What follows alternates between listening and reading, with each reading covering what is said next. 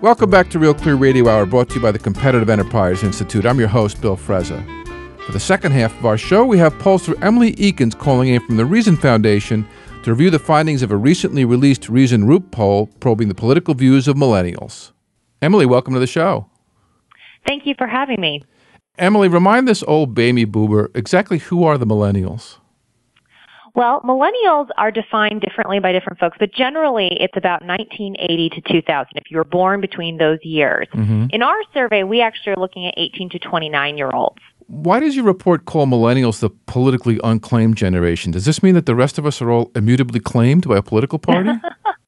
Well, as it turns out, Americans who are over 30 are a lot more likely to identify with the Democrats or the Republicans. But among millennials, a third of them say that they are not Democrats or Republicans, and that's even after you ask, do you lean one way or the other? So, Americans over 30, only 11% will say they're independent, but millennials, about 34% say they're independent. And how are those numbers changing? Because the press seems to think that dissatisfaction with the two parties are growing, and there seem to be more people claiming to be independents. Yes, this is a trend we're seeing among all age groups, actually. Since the 1970s, more and more people of all age groups are saying that they don't want to identify with one political party or the other. But at the end of the day, a lot of people do lean to one party, and they vote consistently with one party. Mm-hmm. Millennials are just leading this trend, but they aren't really, they're not ready yet to say that they're primarily Democratic or Republican. Well, when they vote, they're voting Democratic, but they're actually no more likely than Americans over 30 to say they're Democratic. And so this is really important. It's telling us something. It's telling us that even though they're voting Democratic, they're not entirely happy with the Democratic Party. And it's more a reflection of their frustration with the Republicans that's causing them to vote so heavily Democratic. Well, what are the key dimensions that you looked at? I see there's both a social and a fiscal dimension. Yes, that's something that's really important about this generation, that unlike previous generations, we're seeing two dimensions matter a lot for these young people, social issues and economic issues. So what are social issues? Things about gay rights, gender equality, inclusivity, openness to immigration, and those who are different than you. Economic issues are about spending and taxes and government efficiency and those kinds of things. And what we're seeing is that among young people, they're becoming very socially liberal, but that's not going in lockstep with economic preferences. In fact, they're right in the middle on economics. They're economic centrists. And in some ways, they agree with Republicans more, and on other things, they agree with Democrats more. But what makes them distinct is their social liberalism. And that's what's driving them away from the Republican Party largely, is this kind of the very strong stances that the Republicans have taken on these social issues. And that has soured a lot of these young social liberals from voting with the party. Well, in your analysis, you say that the gay marriage issue in particular is something of a deal breaker. Yes, for about a quarter of millennials, they say that they would not vote for a candidate who they agreed with on other issues but disagreed with on gay marriage. Mm-hmm. So yes, it is a deal breaker for a lot of young people. And you look at trends as well. Rather than treating millennials as a single block, as they age, their views seem to change. What did you find? Yes. As it turns out, as millennials get older, make more money, take on more responsibilities, their opposition to income redistribution surges. Yes, because they have to pay for it. Exactly. Their opposition to government guarantees also increases. We also see things like when they roll off their parents' health insurance policies and they begin paying for their own, then support for paying more to pay for the uninsured flips.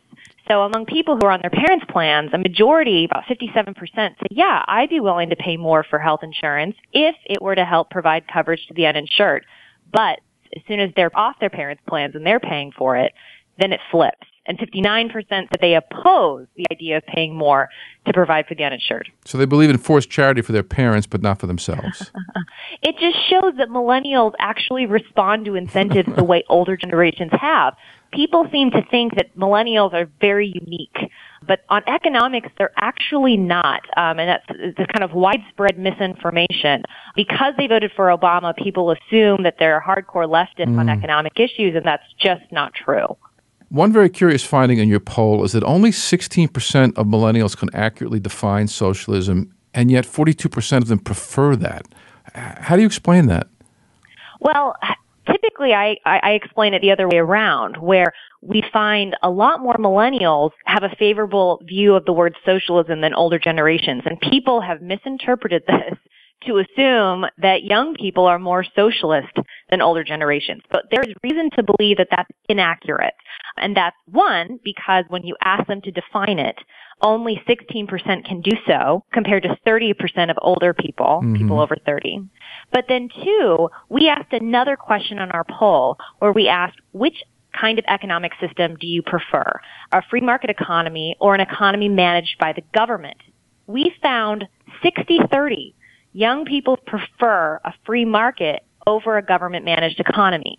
So let me put these two together. What we found was more millennials had a favorable opinion of socialism than they did of a government-managed economy, which arguably is less interventionist than socialism. Right. So what does this tell us? This tells us they don't know what socialism means. They don't realize that socialism means that the government runs Facebook and Amazon and Apple and Google.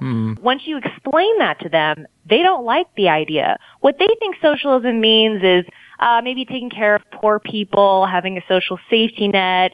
They didn't grow up during the Cold War, and where the national enemy back then was a totalitarian socialist state. And so people heard on a regular basis that socialism was bad. But young people didn't hear that, and so they don't have the same visceral reaction that older people do. But it's not because they're so much more in support of government owning everybody's businesses. Well, you have an interesting quote from Napoleon Bonaparte in your report about, tell me what was happening in the male's world when he was 20, and I'll tell you about his political views. Yes, research has shown that the events happening when people were in their 20s have a lasting impact on their beliefs as they get older. And so for this generation, what happened when they were, when they've been young? And the Great Recession, the Republicans spending way too much money and getting the U.S. into two unpopular wars, all of those things have significantly impacted young people. And the result will likely be that they'll be a little bit less favorable towards Republicans as they get older, although that will change a little bit. That will stick with them. And then also with the Great Recession, what they observed in that was the income mobility didn't always seem to apply to everyone. What we found is that young people like free markets, but they don't know if free markets drive income mobility. And that's going to also be a sticking point for this generation as they get older. I was a little bit surprised to see such strong support amongst millennials for competition, for profits, for entrepreneurship. A majority think they want to start their own business one day, and yet they overwhelmingly voted for Obama. How does that square? So you're absolutely right. They like business. They like entrepreneurship. They're they're actually a little bit more pro-business than older generations, according to the Pew Research Center. But their voting for Obama doesn't mean that they don't like business. In fact, Obama in many ways ran, kind of more fiscally conservative, more pro-entrepreneurship, getting rid of unnecessary red tape, repealing laws that allowed Kickstarter to work, to be allowed. And so they actually don't see Obama as being antagonistic towards business in the way that perhaps older people may view him that way. You do some polling about millennials voting for non-traditional candidates. What did you mean by that? Well, the way we asked it in our survey is, would they be willing to vote for a candidate who is socially liberal and fiscally conservative? And that's not the typical candidate that they have before them. They have a candidate who's socially and fiscally liberal, or a candidate who's socially and fiscally conservative. So what happens if we put two of those together? And we found 53% said they would vote for this kind of socially liberal, fiscally conservative candidate. But what was most interesting was that liberal millennials were the most likely group to favor such a candidate. It was, 60% or so said they would favor this kind of candidate compared to only 48% of conservatives. And so this actually tells us something else about young people, millennials. It tells us, one, that there are a lot of liberals out there who are liberal because of social issues. And it also shows us that social issues are largely driving their political judgments. And so when they vote for candidates like President Obama or Hillary Clinton, social issues is kind of at the forefront of their minds when they're doing this, and that a vote for Obama doesn't endorse all of his economic views, which I think is a very important caveat. Does this imply that the best way for Republicans to win the hearts and minds of millennials is to just ditch their hard right social values and stick to the economic side? No, I don't think that is what this data necessarily tells us either. But what it does tell us is about what is government's role when it comes to social issues. A person could have, personally, socially conservative views, but what is the role of government when it comes to those things? And I think, for instance, Senator Rand Paul has been demonstrating an example of this, where I actually don't know where he stands on a lot of social issues, but I hear him talking a lot about criminal justice reform, talking about racial inequalities that pervade the system that disproportionately hurt African Americans. That's something that really resonates with people who care about inclusivity, social tolerance, and that's young people. So those are the kinds of things that Republicans probably want to do more of if they want to resonate better with this cohort.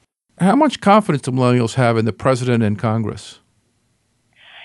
So they did vote for President Obama. However, their support for him has declined significantly.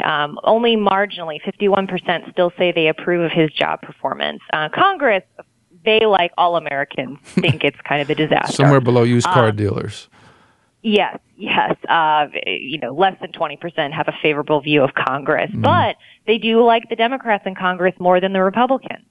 Even Republican millennials don't have a favorable view of Republicans in Congress. And this actually speaks to a larger problem for the Republican Party. It is not just social issues. It's also a perception of incompetence.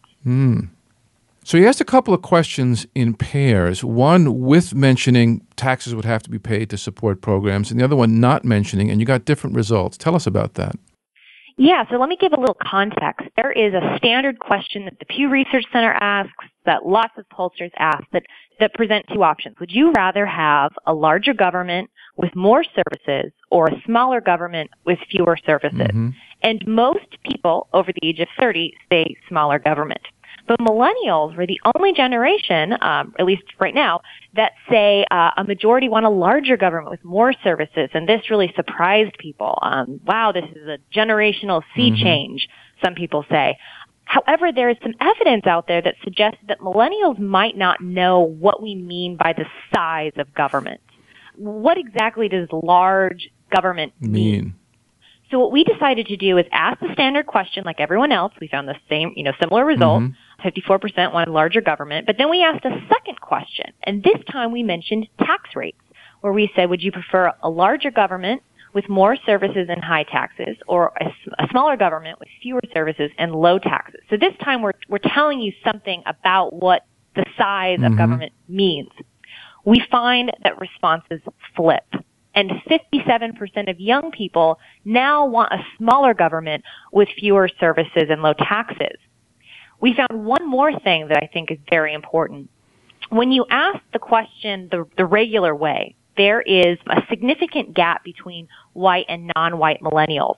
About 50% of white millennials say, yeah, they want a smaller government with fewer services. But among African American, Hispanic, and Asian millennials, they prefer larger government. But when we mention taxes, the race gap on the size of government disappeared among white, Latino, and Asian millennials. 6 in 10 of all three of those groups, once taxes were mentioned, all preferred smaller government, which tells us that different groups have a different propensity to associate the words, large government with high taxes. So it's semantics, perhaps, for many young people, that when you say big government, they don't know what that means. It doesn't mean anything to them. So you have to be specific. And I actually think that's understandable. What does large government mean? Does that mean more regulations, more government employees, higher taxes? What does it mean? Let's be specific. And when we're specific, we find that most young people actually do prefer a smaller government. If you look at some strategists from the Democratic Party, particularly the Elizabeth Warren wing of the party, they are pushing hard on issues of fairness, income inequality, and income redistribution. How do millennials resonate to that? Millennials are divided on the issue of income redistribution, slightly more against it than in favor of it. they're certainly at first more in favor of it than older Americans, but we find something interesting. Once millennials make more money, get older, make more money, get a job, then they look a lot like older Americans in that they strongly oppose income redistribution. So it makes sense. Once you're paying, once it's your money that's being redistributed, then you don't like the idea. But I think perhaps more telling is a question we asked about their values. We took a question that has been used since the 90s on the World Values Survey, and the question asks: would you prefer to have a society where the gap between rich and poor is small, regardless of achievement, or would you rather have a society where wealth is distributed according to individual achievement? So this is a standard question people ask. We found that 57% of millennials preferred a society where wealth was distributed according to achievement. So what that tells us, this is a standard question to measure a preference for equality or, a meritocratic, competitive society. They definitely come down towards the competitive meritocratic society. I think most people like the idea of greater equality. But if it comes at a cost where you ask people, do you want people to be rewarded for their work? They come down on the side of meritocracy. And yet your survey says 48% of millennials believe that the rich get rich at others' expense. So how does that square?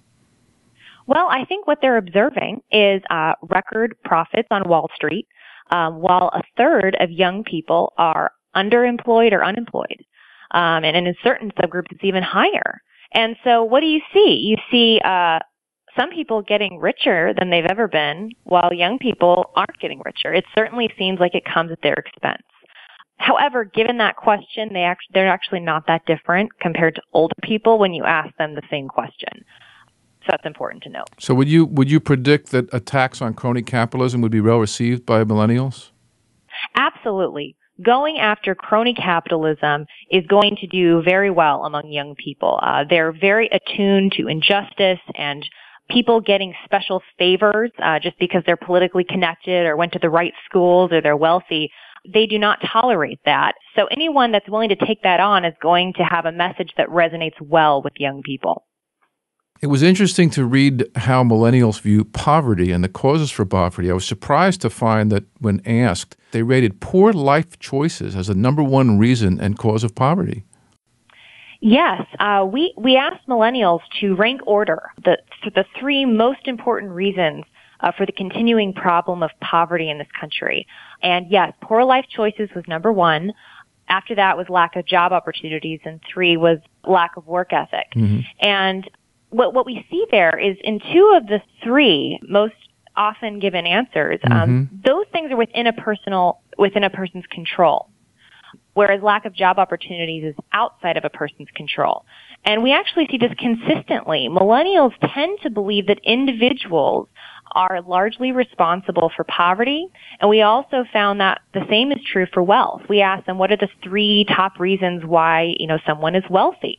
And the three top reasons were hard work, self-discipline, and ambition. And those are things that an individual controls. And so we find that self-determination is something that millennials endorse. And that's actually, very telling about how they're going to develop as they get older. Belief in self-determination is really important for fiscally conservative beliefs. And so we found that was interesting. And despite the emphasis on the impact of racial discrimination throughout their education, that didn't even make the top 10 reasons for poverty. Right. Only about 13% of millennials had racial discrimination were the top reasons for poverty. And even among, members of minority groups that didn't really rank high. Certainly that doesn't mean people don't think it, doesn't matter. It just means that it's not at the top of the list. So, Emily, what did you find was the most remarkable results of this poll? Well, what really surprised us is that even though millennials do tend to be more optimistic about what government can do compared to older people, there's been a surge in the share of millennials who view government as wasteful and inefficient. 66% said government was wasteful and inefficient, and this is up from 42% in 2009. So in just 5 years, there has been a surge in this perception. But we've also seen that it's not just in this one area.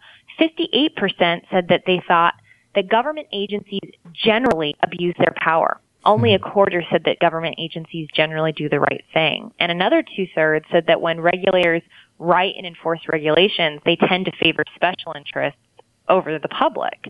And so this tells us that young people actually are quite skeptical of government. That doesn't mean that they don't believe it can serve an important role to help the disadvantaged and so forth, but it also shows that they're wary of government power. And that's something that a lot of other polls haven't yet asked about and thus haven't found. Perhaps there's hope for us yet. Emily, thanks so much for being on the show. Thanks for having me. That was Emily Ekins, polling director for the Reason Foundation, here on Real Clear Radio Hour, brought to you by the Competitive Enterprise Institute. I'm your host, Bill Frezza. Join us next week, same time, same station, when we talk to the Institute for Justice about their fight against eminent domain abuse and ask New York Post columnist Naomi Schaefer Riley about what she calls the implosion of radical feminism. See you then.